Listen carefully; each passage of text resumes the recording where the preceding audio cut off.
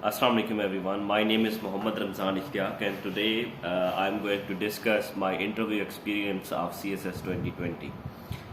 तो शुरू करते हैं कि मेरा जो टोटल इंटरव्यू का ड्यूरेशन था वो अराउंड 25 to 30 मिनट्स का था और जो लैंग्वेज ऑफ कम्युनिकेशन थी वो मिक्सचर था। कुछ क्वेश्चंस उर्दू में पूछे गए मेरे से, कुछ इंग्लिश में पूछे गए और कुछ इवन जो है वो हाफ क्वेश्चन इंग्लिश में हाफ उर्दू में।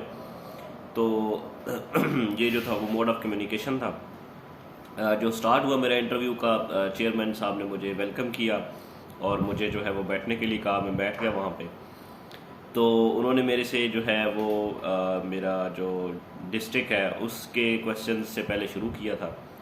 तो पहला क्वेश्चन जो उन्होंने पूछा था that was related to current developments in my city Mianwali. तो उसके ऊपर थोड़ी बहुत डिबेट हुई। उन्होंने बड़ा एक ओपन क्वेश्चन पहले तो पूछा कि मियांवाली में क्या चल रहा है। तो उसमें फिर मैंने डेवलपमेंट प्रोजेक्ट्स और इन पे जब बात करना शुरू की, दैन चेयरमैन साहब जो है उन्होंने मुझे जो है वो इंटरप्ट किया और उन्होंने कहा कि मैं आपसे जो है वो पूछता जाऊंगा और आपने मुझे बताना कि इसके कौन कौन से प्रोजेक्ट्स चल रहे हैं। उन्होंने मेरे से एजुकेशन के प्रोजेक्ट्स पूछे, फिर यूनिवर्सिटी ऑफ मियांवाली के ऊपर थोड़ी बहुत बात हुई कि उसके क्या इश्यूज़ हैं। देन ही आस्क्ड अबाउट के हेल्थ के क्या जो है वो प्रोजेक्ट्स वहाँ पे चल रहे हैं, तो उस पे मैंने उनको बताया। फिर उन्होंने डेवलपमेंटल प्रोजेक्ट्स के बारे में पूछा, तो मैंने एक हाईवे का जिक्र किया, सरगोदा मियांवाली हाईवे का। देन उन्होंने जो है वो मियांवाली मुल्तान रोड के बारे में मेरे से पूछना शुरू कर दिया, MM रोड पे, कि वहाँ पे क्या इश्यूज़ हैं और क्या उसके ऊपर काम हो रहा है या नहीं हो रहा। देन उन्होंने जो है इरीगेशनल जो है इरीगेशन से रिलेटेड प्रोजेक्ट्स के बारे में मेरे से पूछा कि इरिगेशन की क्या प्रोजेक्ट्स चल रहे हैं। तो मैंने उन्हें बताया कि कोई जो है वो रिसेंट नया काम नहीं हुआ रहा, लेकिन जो पुराना था उन्हीं की जो है वो इम्प्रूवमेंट वगैरह पे ऊपर काम हो रहा है। इसके बाद जो चेयरमैन साहब ने मेरा, क्योंकि मैं ऑलरेडी सर्विस में था IRS में, तो उन्होंने मेरे से IRS के बारे में सिर्फ इतना पूछा कि आपका FPO जो होता है फाइनल पासिंग आउट एग्जाम वो हो गया वो पास। तो मैंने उनको बताया जी हो गया। तो उन्हें आप मेरे से पूछा कि आपका प्रोबेशनरी पीरियड जो है वो ख़त्म हो चुका है। तो मैंने उनको बताया कि जी मेरा FPO पास हो गया, तो दैट इज़ ओवर नाउ। उसके बाद उन्होंने मेरे से जो है वो जो इंटरव्यू था वो शुरू कर लिया। उसमें उन्होंने पहले तो मेरा जो 2017 में मेरे इंटरव्यू में बहुत अच्छे मार्क्स थे।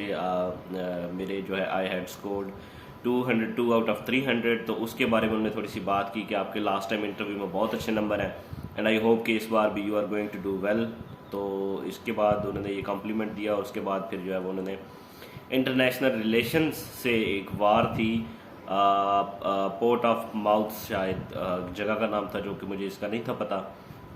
उसके बारे में उन्होंने मेरे से पूछा। एक और इंटरनेशनल रिलेशन का सवाल था जो कि किसी वार के रिलेटेड था, इवेंट था, तो वो भी मुझे नहीं था पता। उसके बाद उन्होंने जो अगला क्वेश्चन मेरे से पूछा वो पाकिस्तान हिस्ट्री से रिलेटेड था कि प्राइम मिनिस्टर कौन कौन से थे प्रेसिडेंट मुशर्रफ के साथ। तो उसके ऊपर थोड़ी बहुत बात हुई। तो केयर टेकर प्राइम मिनिस्टर का मैंने नाम लिया, तो चेयरमैन साहब ने कहा कि नहीं ये नहीं थे, लेकिन मैंने उनको जो है वो बताया कि नहीं ये थे। तो फिर दूसरे जो पैनलिस्ट थे उन्होंने भी कंफर्म किया कि ये केयर टेकर प्राइम मिनिस्टर रह चुके हैं, जो है वो सोमरो साहब जो हैं। उसके बाद उन्होंने जो है वो अगला सवाल मेरे से जो है वो अगले पैनलिस्ट जो थे वो उनका नंबर आ गया था। तो उन्होंने जो सवाल मेरे से पूछे थे वो that were related to geography. Geography में जो उन्होंने मेरे से पूछा कि क्योंकि geography was my optional subject in 2017, तो ये भी एक रीज़न हो सकती है और वैसे भी पैनल का इस बार मूड थोड़ा यही था। तो उन्होंने मेरे से जो है वो सबसे पहले गिब्राल्टर जो है वो आइलैंड उसके बारे में पूछा, काइंड ऑफ आइलैंड उसके बारे में पूछा। तो उसकी जब मैंने थोड़ी सी वो डिटेल्स बताई तो उन्होंने कॉम्प्लीमेंट दिया कि इट सीम्स कि you know much about this locality. तो मैंने बताया कि जी मुझे ज्योग्राफी वगैरह यहाँ की काफ़ी पता है। फिर उन्होंने मेरे से सारी वहाँ की ज्योग्राफी वगैरह पे ही सवाल पूछे। गिब्राल्टर स्ट्रेट का पूछा, उसकी विड्थ मेरे से पूछी, पनामा कनाल जो है स्विस कनाल की हिस्ट्री पूछी, फाइनेंसिंग किसने की और इसकी इम्पोर्टेंस क्या है ये पूछा। फिर मेरे से उन्होंने जो है वो स्ट्रेट ऑफ मरमरा के बारे में पूछा। फिर उन्होंने जो है वो एजियन सी के बारे में मेरे से पूछा। फिर उन्होंने मेरे से यूरोप के रिवर्स के नाम पूछे। मुझे दो उन्होंने स्पेसिफिक पूछे थे जो कि मुझे उस टाइम नहीं आते थे। फिर उन्होंने मुझे इंग्लिश चैनल के बारे में पूछा कि कौन कौन सी कंट्रीज़ जो हैं वो उसकी आती हैं, वो मैंने बता दी। तो फिर उन्होंने मेरे से उनकी पोर्ट्स के नाम भी पूछे, वो मुझे नहीं थे आते कि फ़्रांस के पोर्ट का क्या नाम है और जो UK की पोर्ट है उसका क्या नाम है, ये मुझे नहीं था आता। उसके बाद उन्होंने जो है फिर हिस्ट्री पे वो चले गए। पानीपत की तीसरी बैटल के बारे में उन्होंने पूछा कि कब हुई, कहाँ पे हुई, किस किस के बीच में हुई। उस टाइम मुग़ल किंग था, मुझे बाकी सवाल आते थे, मुग़ल किंग का नाम मैं उस टाइम भूल गया था, वो मुझे नहीं आ रहा था उस टाइम यार। उसके बाद जो मेरे से अगले पैनलिस्ट थे, उन्होंने क्वेश्चंस शुरू किए। उन्होंने पहले एनवायरमेंटल साइंस की एक ट्रीटी थी, जो उसका ईयर पूछा था, वो मुझे नहीं था आता। फिर उन्होंने मेरे से पूछा था कि जो इंटरनेशनल क्रिमिनल कोर्ट जो है आईसीसी, उसकी जो हिस्ट्री पूछी, उसका जो हेडक्वार्टर पूछा, इसकी डिटेल्स वगैरह पूछी। फिर उन्होंने कश्मीर के ऊपर एक सवाल पूछा कि कश्मीर जो है वो किस ट्रीटी के तहत बेचा गया था, उस ट्रीटी कब हुई थी, किस किस के बीच में हुई थी और उसकी अमाउंट क्या थी, ये मुझे आते थे। इसके बाद उन्होंने एंग्लो सिख वार के बारे में पूछा, जो मुझे डिटेल्स नहीं पता थी, तो मैंने उसके ऊपर जो है वो जो सॉरी कह दिया था। तो ये जो तीसरे पैनलिस्ट थे उनका सवाल था। जो चौथे पैनलिस्ट थे उनके साथ मेरा एक्सपीरियंस थोड़ा सा कहने के अजीब सा रहा है, क्योंकि ही स्टार्टेड कि I am going to ask you about current affairs, लेकिन उन्होंने करंट अफेयर मेरे से पूछा नहीं है। पहला सवाल जो उन्होंने मेरे से पूछा था रेकॉर्डिक के रिलेटेड था, लेकिन उसके ऊपर भी उन्होंने मेरे से बेसिक इन्फॉर्मेशन पूछी कि कंपनीज कौन कौन सी थी, कंपनीज किस किस कंट्री से थी, जॉइंट वेंचर का नाम क्या था, जो पाकिस्तान को फ़ाइन हुआ वो किस फोरम पे हुआ है, ये भी मैंने बता दिए थे। ये सारे सवाल मुझे आते थे। और उसके बाद उन्होंने मेरे से फ़ाइन की अमाउंट पूछने के बाद मेरे से इशू के ऊपर भी पूछा था कि इशू क्या था रेकॉर्डिक का।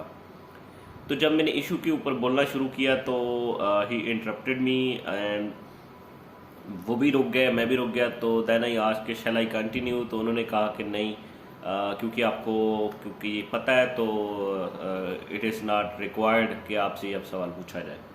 तो उसके बाद उन्होंने मेरे से करंट अफेयर से रिलेटेड कोई सवाल नहीं पूछा। उसके बाद उन्होंने मेरे से सिर्फ हिस्ट्री के ऊपर सवाल पूछे हैं। सबसे पहले उन्होंने मेरे से सवाल पूछा था कि जो है स्लेबी जंगें, उसके बारे में पूछा था। उसकी जो है वो कब लड़ी गई थी, कितने साल के लिए लड़ी गई थी, ये मैंने बता दिए थे।